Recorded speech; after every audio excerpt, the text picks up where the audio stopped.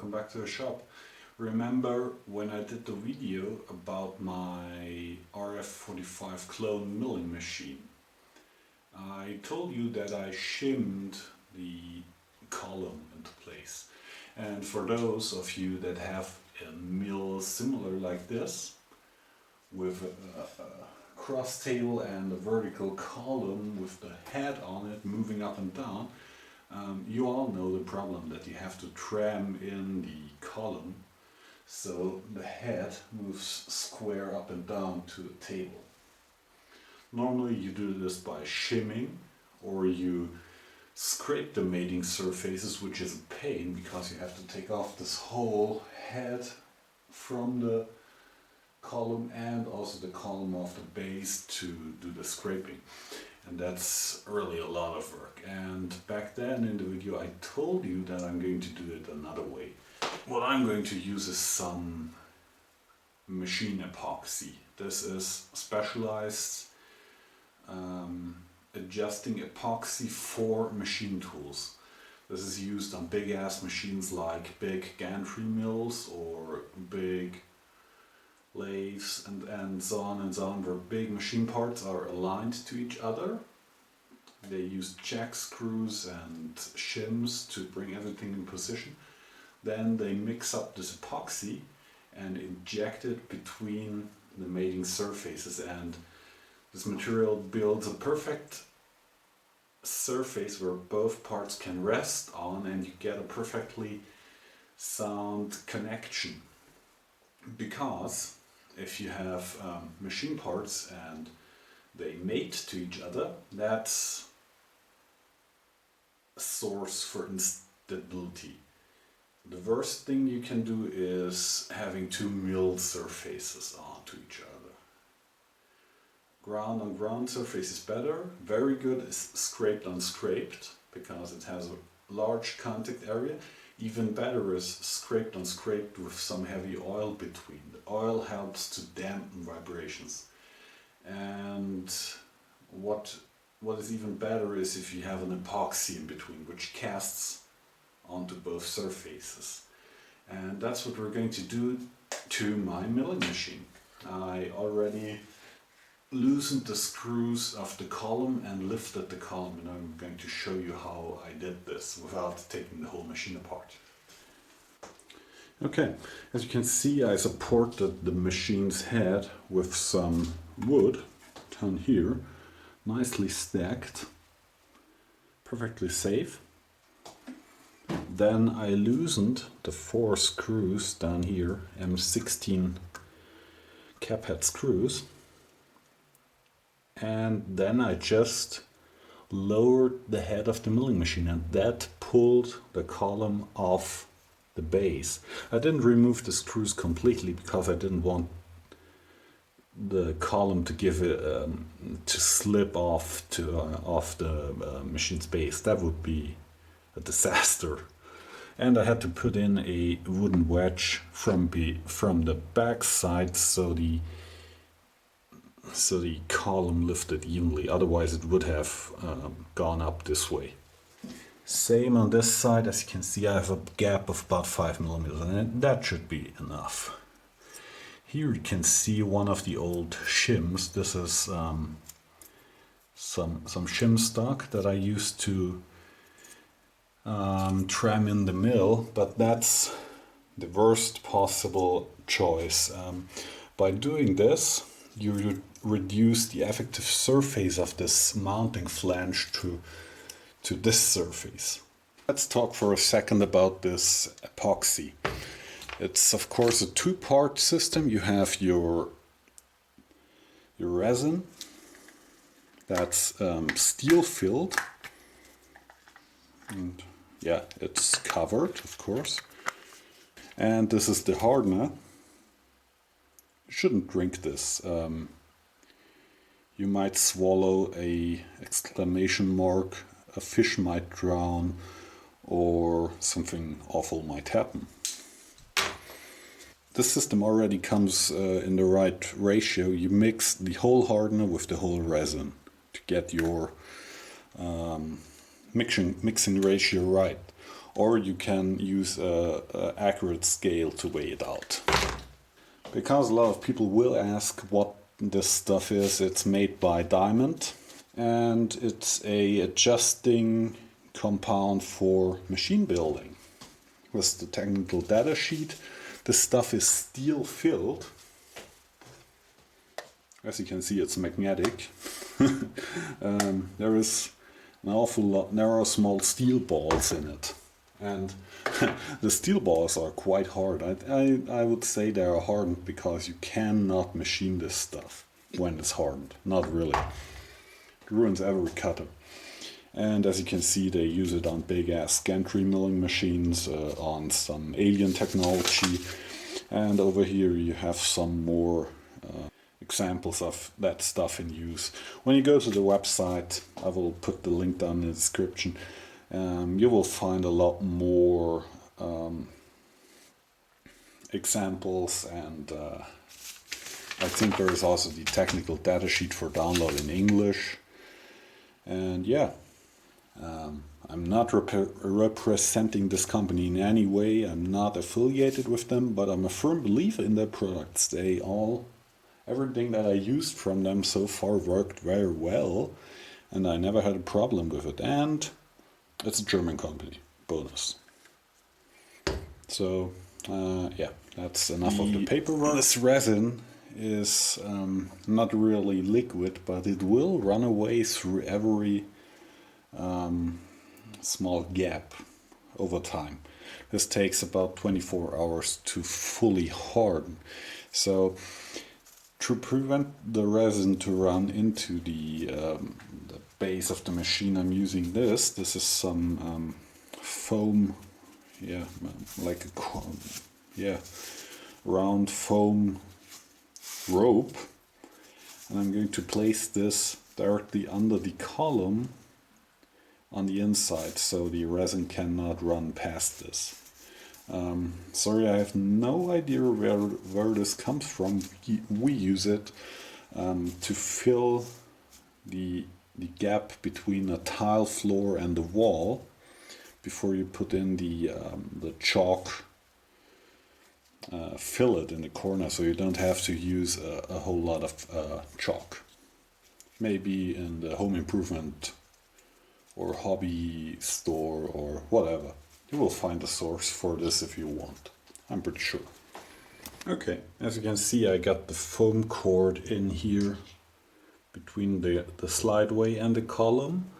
And back here you can see the foam cord going in under the column. Let's see if we can get this. Yeah, you can see the yellow foam core in there going all the way across behind the screws.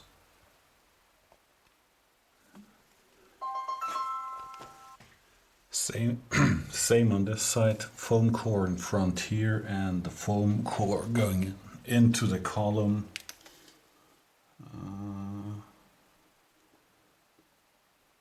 In the gap all the way down to the end. The foam core will crush down enough so we can leave a gap of about 1 millimeter. And for the gap, I got also an idea. I'm going to take some 1.5 millimeter square millimeter electrical insulation wire, solid core wire. I pulled off the insulation and I'm going to anneal it so it's soft. Then I will nip off 4 pieces, put them in the corners of the column. Then I'm going to put in the epoxy, and then I'm going to lower down the column onto the base, level everything out. I'm going to level it out by tightening these screws and crushing down onto the copper. And then I will let the resin cure, or the epoxy, and tighten down the screws to the final torque. And that's it. No more work needed. So let's anneal some of this wire. Okay, to anneal copper you just heat it till it's glowing, and then you let it cool down.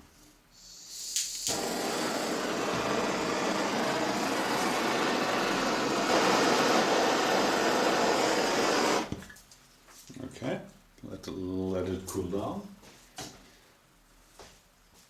So I just cut a few pieces, small pieces of the copper wire, small enough so the pressure from the screws of the column still can squeeze it down, so we can align the column the right way. Okay, I have a syringe, and I took some pneumatic 6mm tubing, and that fits exactly on the syringe.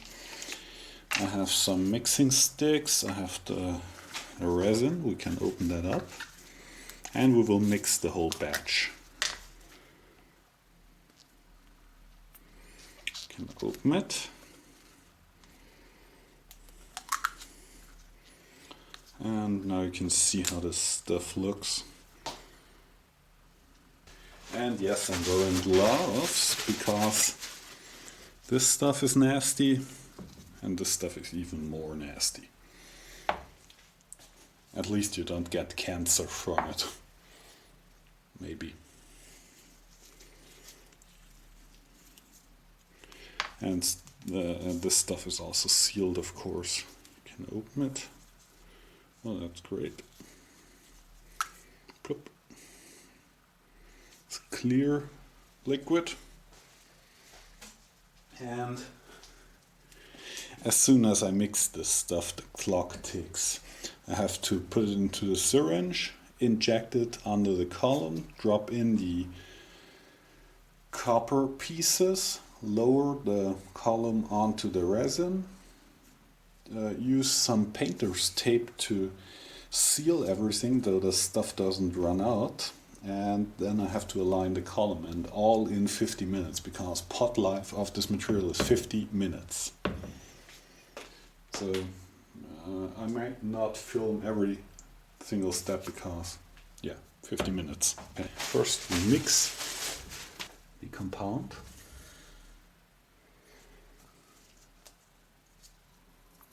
Oh, great.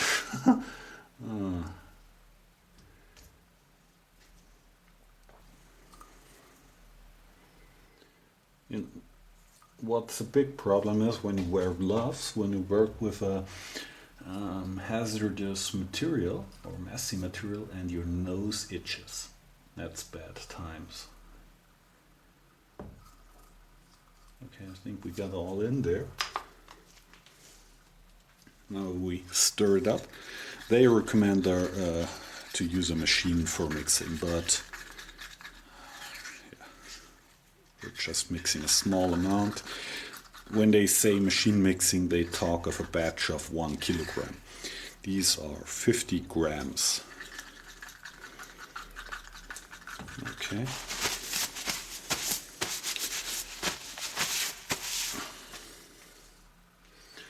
Let's fill it into the syringe. Okay, that's not all the material, but yeah.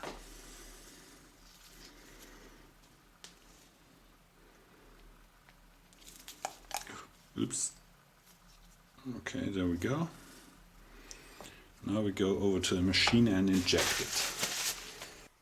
Okay, now you will see me injecting the resin into the gap between the column of the machine and the base.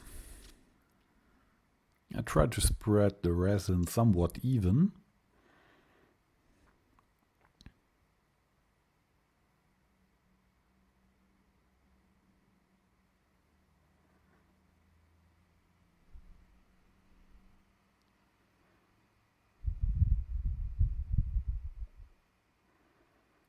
And then I put in the copper wire pieces between the two parts, and I lowered down the column onto the copper. Now I'm masking up the gap with some painter's tape so the resin doesn't run out.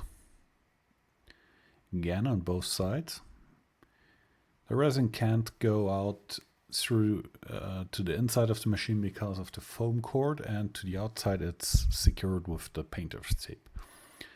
Now I'm tightening down the screws a bit more, just to have the column secured in place. I don't really give much torque on them now. Then I remove the wooden blocks. And now we are aligning the column. I set up the precision square in the machine's table, and I run a dial test indicator along it by moving the head up and down numerous times. This takes quite some time. And I adjust the alignment of the column by tightening the screws that hold the column to the base accordingly to the readings of the dial test indicator. And you can also watch the movement of the column with the dial test indicator. And this took me about 40 minutes, 30 to 40 minutes. Here again, I'm checking in the Y direction.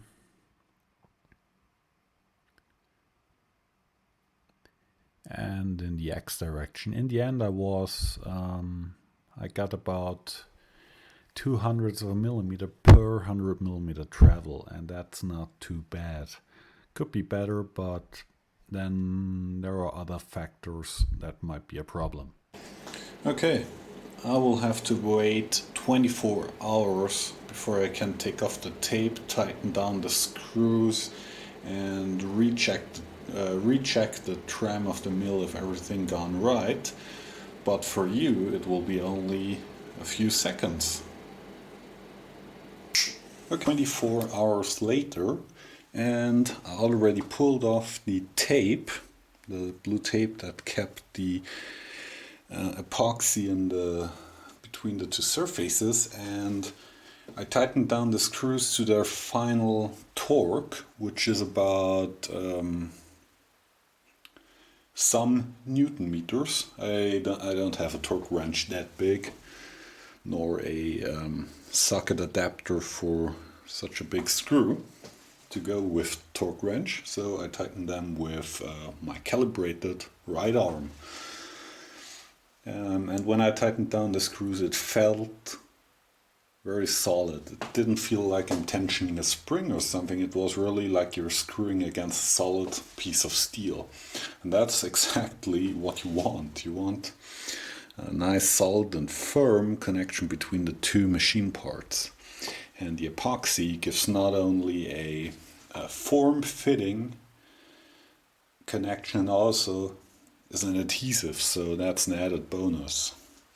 And it's the module of elasticity of the epoxy is a bit lower, about I think 1/3 of the E module of cast iron, that dampens vibrations between the two machine parts.